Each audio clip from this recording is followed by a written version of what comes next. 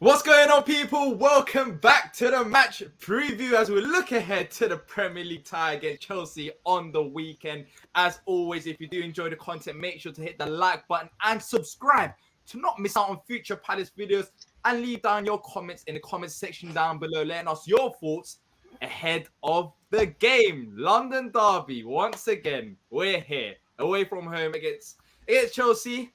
Look, gents, I'm joined by Patrick T and Stan, of course, as you can see on your screen. It's not going to be easy, of course. They do have a quality side, but look, I want to start on a positive note. Of course, we're coming off that defeat against Southampton. It hurts a lot. To be fair, we've had a nice little break in between 8 days, so it does help in that aspect. It's not back to back, but are there any positives going into this game? Let's not beat around the bush. Let's start off with any positives. I'll take anything at this current moment of time going into this game. Joe Ward might not play because Tyreek Mitchell is back. Yeah, I'll take that. Anything else? Going into this game? I think it's just a match where you come in playing like you have nothing to lose. Like it's just like play with desperation. Play. I think that helps, man. Just be hungry. Come on and just do what you need to do. Yeah, look, I think that's the reason why I started is because there isn't many. And that was my point. I mean, for me anyways, I think the biggest one was Tyreek Mitchell. And I don't want to be the all gloom Palace, Palace are awful, Palace this and that. But this is the reality. It's been a long season. It's another game against opposition that are struggling. But Patrick, I'll start off with you. Just what's your feeling like going into this game? We had a little conversation before the show started. Are you what optimistic that we can get something out of this game? Come on, just give me something, Patrick. Something out of this game. No, I'm not optimistic about the game. I don't really. I told you, my focus was on trying to win a cup this season. I'm not worried about relegation. You guys can talk about it all you want. I'm not worried about Paris fans. Not worried about relegation. But no, I've got nothing to look forward to in this game. I don't think we have a chance of winning the game. I'm gonna be totally honest up front. Clearly, Potter's under a lot of pressure. They just signed João Felix. They have to win this game. As much as obviously I want to win this game. Chelsea cannot lose to Palace on Sunday. They just can't. It's gonna be a disaster for them. So I fully expect them to come out and play their best game in the last 9 or 10 and beat us comfortably. So and then we move on to the next game after that. We're against United next Wednesday. So no, I'm not feeling optimistic about the game, but it's okay because like I said, let's just get through the couple of fixtures and we'll go from there. But as far as overall positivity for this match in particular, I don't feel very positive if I'm being honest. T, Graham Potter, we know him. We know him from Brighton days. And Vieira versus Potter, there were good battles. There were good battles when he was at Brighton, and we had good tactical battles, and it wasn't too far off. I think Vieira matched Graham Potter in that aspect. So, going into this game, does that give you a bit of confidence? Of course, he's got a much better squad, but we'll talk about the squad in terms of how they're actually playing, because when you look at the names, you would think, wow, they got a very good squad, but they're not really performing as much either. And we've seen it in the past. That's why I don't want to come on here and say, oh, Chelsea are not performing well. Look at Southampton. Look what we've done to them. We're recording this after the Southampton win against Man City. We changed them. They wanted a manager out after 4 games. They faced us. They beat Man City the following game. They're back. Palace helped them. But look, against Vieira versus Graham Potter, do you think Vieira, knowing Graham Potter and facing him a few times, does help the matter regardless of how good of players that Chelsea do have? I want to say yes, but at the same time, this isn't the same Graham Potter in the same situation that he was in Brighton. He's dealing with a better group of guys, although Chelsea's dealing with a lot of injuries right now, so hard to say how that could pan out. But it's not just the managers. They're the players play. So I can't say that may play into or how much that's going to play into it, but I guess we'll find out. Yeah, but you say it's not the same Graham Potter, but for me, it seemed like he's struggling. He's struggling more. So in a way, it should probably help us a bit better. At Brighton, he was in his comfort zone, but now he has the pressure of managing a big club and not getting results. We'll be talking about Chelsea results in just a bit. But for you, Stan, going into this game and talking about some of the players, T said at the end of the day, it is the players. It's up to the players to perform. The manager can do so much. Against Southampton, I was actually not too disappointed with the lineup. I felt like we were 2 players away from our strongest lineup possible. So going into this game, would you like to see many changes? Because saying that, we didn't perform too greatly, which is kind of worrying because I I think we're there and abouts of our strongest so-called lineup. But would you make any changes, if any, from that Southampton game? Yeah. I think that from that Southampton game, it was very, very clear that there's one or two players that are just past it at this level, and they've been like Joe Ward, great servant to the club, but he's like Scott Dan in his final season, like his final 6 months at the club. He was just so far off the pace. It was painful for all to see, right? And I think, like with these, professional footballers, when they get to a certain point, when your motor senses go and like your legs go and whatever, Joe Ward is there, like he's not at the level, so he needs to come out quickly. Like he needs to come out, and Tyreek Mitchell needs to come in. I would look at playing Eddie through the middle. I know he played the last game, but I would maybe look at bringing Eze in for Ayew, maybe, just because of that glaringly despicable miss of his in the last game, man. It was like, wow. But I think Vieira's going to play Jordan Ayew because I think it's going to be, he's defensive. He knows how to shithouse these teams a little bit. He knows how to draw some fouls, etc., etc. So I think Vieira will play him. So I can only see really one change. Yeah, look, for me, I think Eze not has to start, but Tyreek Mitchell has to start. I think that he's had another break. I think he's struggling. I don't know exactly what's wrong with him this season. He has been struggling. So with Ty, he's had injuries and he's had other problems as well. For me, he has to be in the starting lineup. I mean, if he's available, you just don't play Joe Wood at left back, especially against Chelsea. I know they're struggling, but they've still got quality plays and they will target him 100%. Graham Potter's not stupid. He's not a bad manager. So Mitchell has to start. But for you, Patrick, do you think it's a case of bringing in Eze for Jordan Ayew? Is it now we've got nothing to lose, we might as well go all out against Chelsea? Or do you think that might be a bit too positive, especially now that we're away from home? I'm not sure. I don't see an Eze Ayew swap making any sense. They don't play the same position. So I would play Olise out wide and put Eze back in the midfield if you want to drop Ayew. For Jordan Ayew, though, I think that's so Jordan Ayew comes out, Olise goes out wide, and then Eze through the middle. So I absolutely hate Eze out. Eze out wide, I hate that. I absolutely hate it. But thank you, I hate it. No, you can play wide. You have to be. No, Olise wide. Well, so, but again, Olise and Wilf wide, Edouard up front, and then Eze in the middle. Then you got to figure out who's going to play the second midfield position. Is it going to be Hughes or is it going to be Schlupp? Because obviously it's going to be Doucouré. So my change would be from the last game. Eze goes back in, but not for Ayew. He goes back in the midfield. But Olise back out wide, and then Eddie up front. So that would make sense to me. And of course, obviously, if Tyreek's fit, then Tyreek plays or off his suspension. I mean, we're going on about Joe Ward. It's not like Joe Ward had a choice we keep doing this, but Joe Ward didn't have a choice for last game. We had no option. So hopefully now we have the option of Tyreek Mitchell back. He won't play. But don't be surprised if you see him back at right back. Then you guys are going crazy about that because he could always play right back. Remember that. So, I mean, there's always that. So get ready to have your rants after Sunday's game. So, but Chris Richards can play anywhere across the back, no? Yeah. Richards isn't 100% fit, and I don't think there's any chance that since he's come in, it's kind of like when T and I talked about Nathan Ferguson. He came in as a right back, we thought, right, but he's more of a central defender. It's the same thing Richards. Richards does not play right back. He play it? Yes, he's done it in the past. He's not a right back. I don't think we've seen him there yet. We've not seen it. We saw him. I think we saw him like once in like a back three when he played the right side. But he's not a right back by.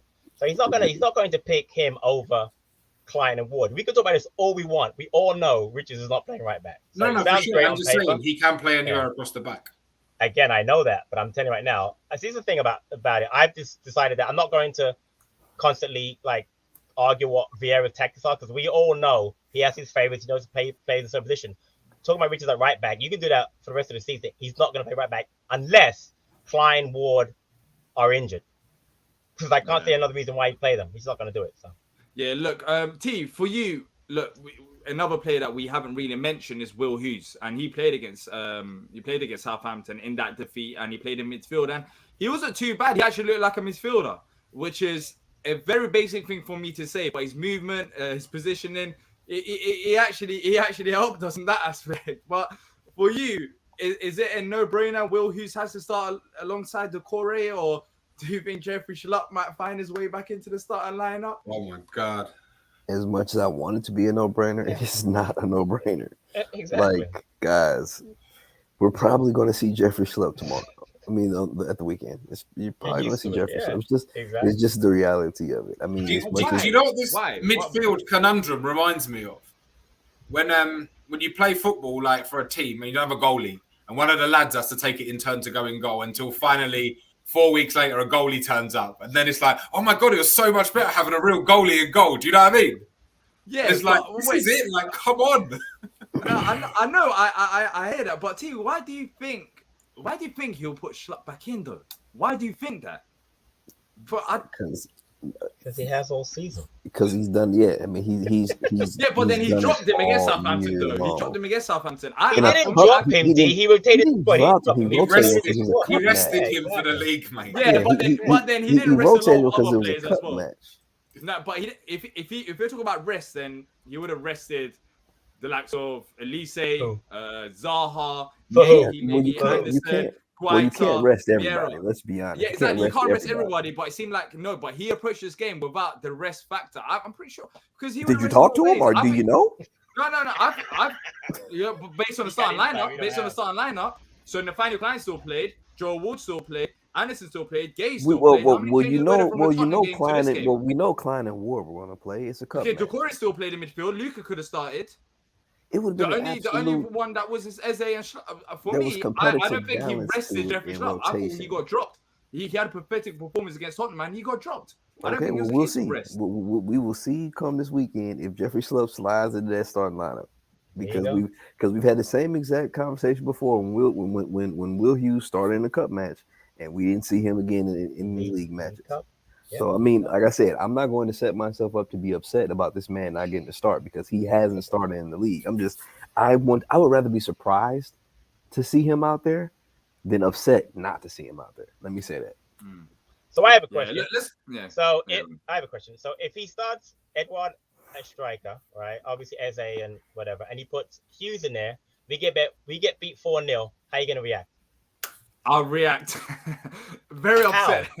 Okay, I want to be clear because But I would even be more upset if he played Jeffrey Schlupp in there ahead of Will Hughes. I would do By the 4-0. way, I'm not saying Will Hughes is the answer. I'm just saying. I know you're not. I mean, at the same time, but you lose 4-0. You could lose 4-0 and not necessarily be mad at him, though. Huh? No, but I got a funny feeling. I have a feeling though, if we lose 4-0 with Schlupp as opposed to Hughes, it's gonna be a lot of Schlupp. You know, I'm mad at Schlupp as opposed to saying the team majority as of a whole times, hasn't played Patrick, well. No, but majority of the times people talk about Jeffrey Schlupp being a scapegoat, but majority of the times there's a reason why we talk about him because he doesn't get involved in midfield. He's like, what is his role? He doesn't have many touches. The players run past him, and you don't know what exactly he does. So that's the reason why we talk about Jeffrey Schlupp. No. Just to be clear, I want Edouard to start a striker, and I want Hughes to start in midfield.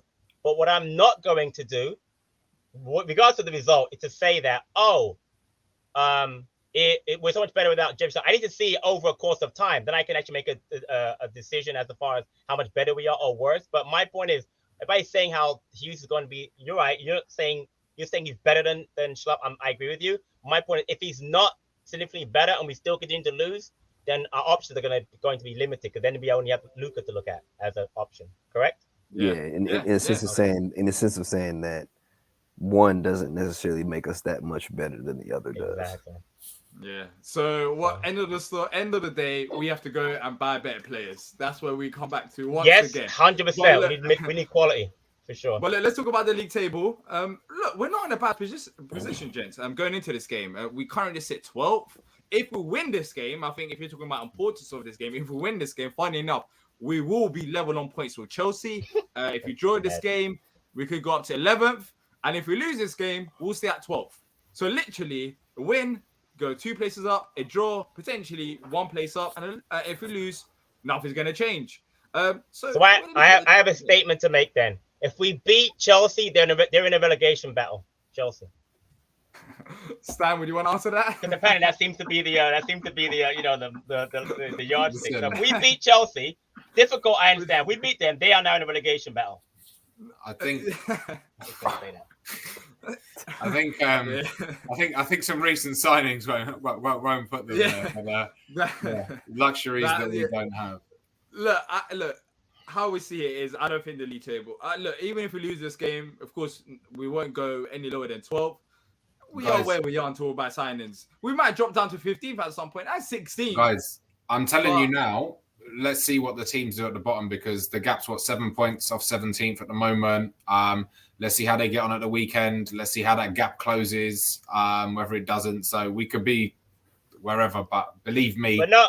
But not to be funny, you do realize they play each other, right? So they all can't continue to gain points. So I understand. I'm just saying. So that, I mean, it kind of, that's what I'm saying. People want to say win a relegation battle. The thing is, a lot of teams have to win, not like one or two teams. A lot of teams below us, 8, 9 of them, have to play really start well, and it never happens. 3 or 4 might. We have to lose literally a lot of games. A lot of games, which we are capable of doing. Dude, yeah, we are. Where do you see?